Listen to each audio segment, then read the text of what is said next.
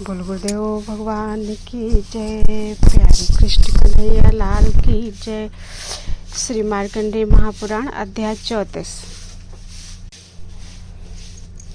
आत्म विवेक नामक वर्णन। अध्याय 34।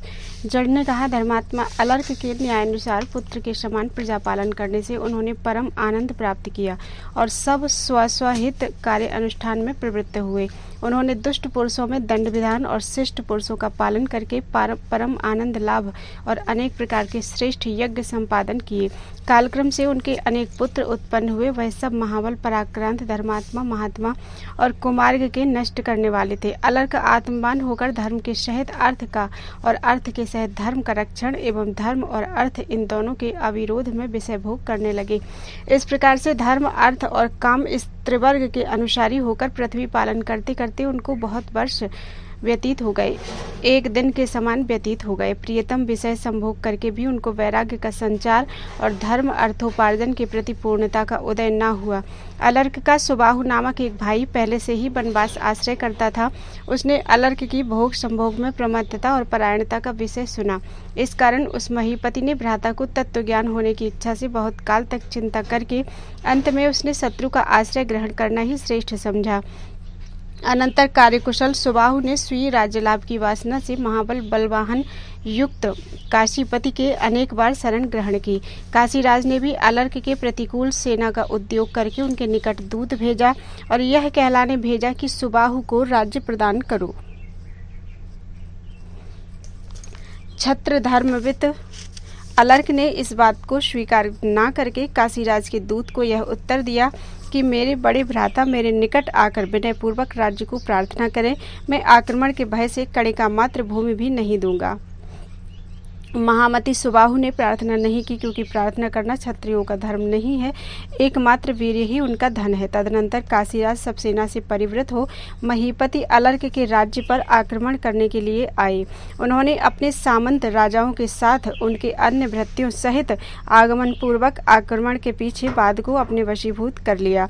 उन्होंने भ्राता का राज्य अवरोध पूर्वक सामंत गणों को पीड़ित, दुर्गपाल और आटविक गण वनवासी को वशीभूत और किसी को अर्थदान द्वारा, किसी को भेद द्वारा और किसी को साम द्वारा अपने वश में कर लिया। इस प्रकार से अलर्क परचक्र द्वारा पीड़ित होकर क्षीण बल और क्षीण कोश हो गए और उनका पुर भी शत्रु के द्वारा अवरुद्ध हो गया। इस प्रकार से दिन दिन क्षीण कोश और शत्रु के द्वारा पीड़ित होने से वह अत्यंत विषाद को प्राप्त हुए और उनका चित्त व्याकुल हो गया। क्रमानुसार अत्यंत आर्तभाव को प्राप्त होने पर जननी मदालसा ने पहले जो बात कही थी वह अंगूठी का विषय उनको स्मरण हुआ। तब उन्होंने स्नान पूर्वक पवित्र होकर ब्राह्मण द्वारा स्वस्ति वाचन कराया और वह निबद्ध शासन बाहर करके देखा। उसमें स्पष्ट रूप से अक्षर लिख रहे थे। माता का लिखा हुआ वह शासन पत्र पढ़ते ही उनका शरीर पुलकायमान हुआ और दोनों नेत्र आनंद से उत्फुल्ल हो गए। शासन में लिखा था, सर्वांतःकरण से संग परित्याग करे।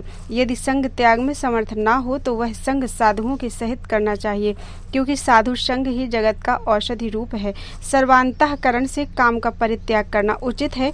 यदि उसके त्याग करने में समर्थ न हो तो मुक्ति कामना के प्रति ही उसका पितर की तृप्ति करना चाहिए और ब्राह्मणों के निमित्त दान देने चाहिए। जो लोक में इष्ट और अपने को प्रिय हो अथवा प्रिय वस्तु घर में हो वह अक्षय की इच्छा करने वाले को गुणी के निमित्त देना चाहिए।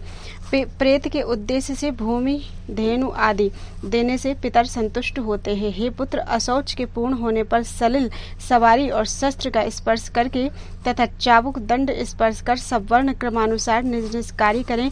अपने वर्णानुसार क्रिया करने से मंगल होता है। पवित्र होकर क्रिया करने से दोनों लोक में मंगल होता है। बुद्धिमान को नित्य प्रति 3 वेद का पाठ करना चाहिए।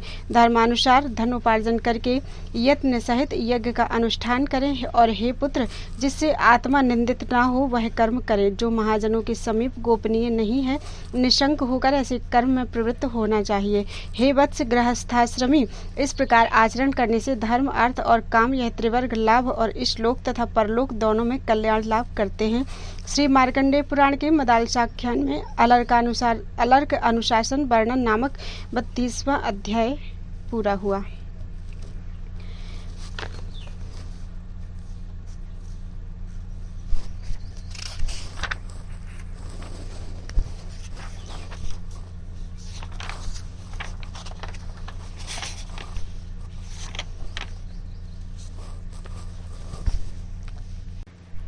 थोड़ी सी गिनती गलत दी गई है। 34वें अध्याय पहले दिया है और 33वां अध्याय बाद में दिया है। उनका भी नाम कुछ 32वां बोल दिया है। चलिए अध्याय 33, अभी 34 पढ़ा था, अब 33 है। मदालसा उपाख्यान वर्णन। जड़ ने कहा, जननी के इस प्रकार अनुशासन करने पर ऋतध्वज नंदन ने यौवन को प्राप्त होकर सम्यक विधानानुसार विवाह किया। क्रमशः पुत्र उत्पादन और विविध यज्ञ का अनुष्ठान पूर्वक निरंतर पिता की आज्ञा में रहने लगे।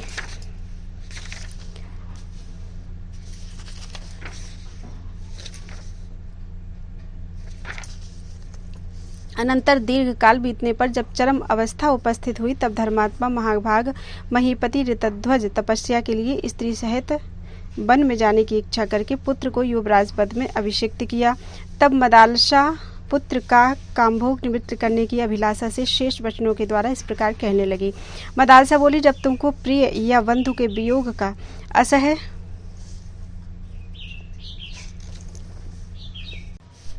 मदालसा बोली, जब तुमको प्रिय या बंधु के वियोग का असह्य दुख प्राप्त हो या शत्रु बाधा अथवा धन नाश से दुख हो, तो हे वत्स, गृहस्थ सदा ही ममता परायण है, इसलिए स्वाभाविक ही दुख का आस्पद स्वरूप है। इसी कारण कहती हूँ कि गृहस्थ धर्मावलंबी होकर राज्य शासन करते करते दुसह दुख उपस्थित हो, उस समय मेरी दी हुई इस उंगली से पत्र बाहर करके इसके मध्यस्थ सूक्ष्म अक्षरों से लिखित शासन पाठ करना। जड़ ने कहा, मदालसा ने इस प्रकार कहकर अपनी सुवर्ण की अंगूठी प्रदान पूर्वक पुत्र को गृहस्थ के उपयुक्त आशीर्वाद दिया। तदनंतर कुवलयाश पुत्र को राज्य प्रदान पूर्वक तस्यार्थ देवी मदालसा के सहित वन में चले गए। श्री मार्कंडेय पुराण के मदालसा उपाख्यान वर्णन में 33वां अध्याय पूरा हुआ। अध्याय 35 दत्तात्रेय का वर्णन। जड़ ने कहा, अनंतर नरपति विनय से नम्र हो महात्मा विप्र दत्तात्रेय को प्रणाम करके कहने लगे, हे ब्राह्मण, सम्यक प्रकार दृष्टि का उदय होने से मुझको अब कुछ भी दुख नहीं है। असम्यक दर्शी मनुष्य ही सदा दुख सागर में निमग्न होते हैं। मनुष्य की बुद्धि जिस में आसक्त हो जाती है, उसी विषय में दुख उत्पन्न होता है। घर के पाले हुए मुर्गे को बिल्ली के भक्षण करने पर जिस प्रकार दुख का उदय होता है, ममता शून्य कलविंक व मूषक भक्षित होने पर वैसे दुख की संभावना नहीं है, क्योंकि ममता तो मुर्गे में रहती है। मैं सुखी भी नहीं और दुखी भी नहीं, क्योंकि मैं प्रकृति के अतीत हूँ। भूतगण के द्वारा भूताभिभव ही सुख दुखात्मक है, अर्थात जो इस संसार में आसक्त रहता है उसी को सुख दुख होता है। दत्तात्रेय ने कहा, हे नरव्याघ्र, तुमने जो कहा यह सत्य है। ममता ही दुख का कारण और ममता ही सुख का मूल है। मेरे पूछते ही तुम्हारे हृदय में इस अनुत्तम ज्ञान का उदय हुआ है। इस ज्ञान के बल से ही तुम्हारी ममता रुई के समान उड़ गई है। अहंकार रूपी अंकुर से ही अज्ञान रूपी महावृक्ष की उत्पत्ति हुई है। ममत्व तो उस वृक्ष का स्कंद है, ग्रह क्षेत्र उसकी उच्च शाखा है, स्त्री पुत्र आदि उसके पल्लव हैं, धन धान्य उसके बृहत् पत्र, पुण्य अपुण्य प्रधान कुसुम, सुख दुख उसका महाफल है, और मोहाभिभूत होकर जो सम्यक संबंध किया जाता है वही इस वृक्ष का थांवला है। वह वृक्ष दिन में बढ़ता है और यह सब वृक्ष ही मुक्ति मार्ग को ढककर स्थित है। यह वृक्ष बनाए रखने की कामना रूप भृंगमाला से समाकीर्ण है। जो पुरुष संसार पथ में थक गए हैं और भ्रांति ज्ञान के सुख के अधीन हो इस वृक्ष की छाया का आश्रय करते हैं, उनको किस प्रकार मोक्ष लाभ होगा। जो पुरुष विद्या रूपी कुठार को सत्संग रूपी पत्थर के द्वारा तेज करके उससे ममता वृक्ष के छेदन करने में समर्थ होते हैं, वही उस मार्ग द्वारा ब्रह्मरूप वन में उपस्थित होते हैं। वह अतिशय शीतल, रजो विहीन और कंटक विहीन है। इस वन में उपस्थित होने से व्रत रहित होकर परम बुद्धि और निवृत्त लाभ होता है।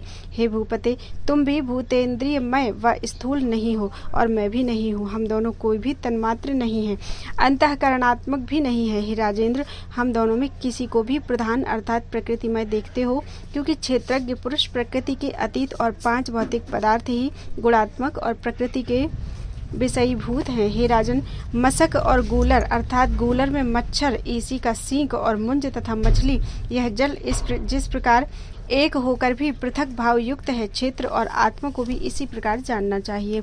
अलर्क ने कहा, हे भगवान, आपके प्रसाद से मुझको प्रधान और चिक्षक्ति का विवेक करने वाला अनुत्तम ज्ञान का उदय हुआ है, किंतु मेरा चित्त विषयों में खींचा रहने से स्थिरता धारण नहीं कर सकता और किस प्रकार प्रकृति के बंधन से छूटूंगा यह भी नहीं जान सकता। किस प्रकार से फिर पुनर्जन्म ग्रहण करना ना हो, किस प्रकार से निर्गुणत्व प्राप्त हो, किस प्रकार के अनुष्ठान से शाश्वत ब्रह्म के सहित एकता प्राप्त हो, ऐसे योग का मुझको सम्यक प्रकार से उपदेश कीजिए। हे महाप्राज्ञ, मैं प्रणत होकर आपके निकट प्रार्थना करता हूँ। सत्संग ही मनुष्य का उपकार साधन करता है। श्री मार्कंडेय पुराण में दत्तात्रेय अलर्क वर्णन नामक 35वां अध्याय पूरा हुआ। बोलो वृंदावन बिहारी लाल की जय।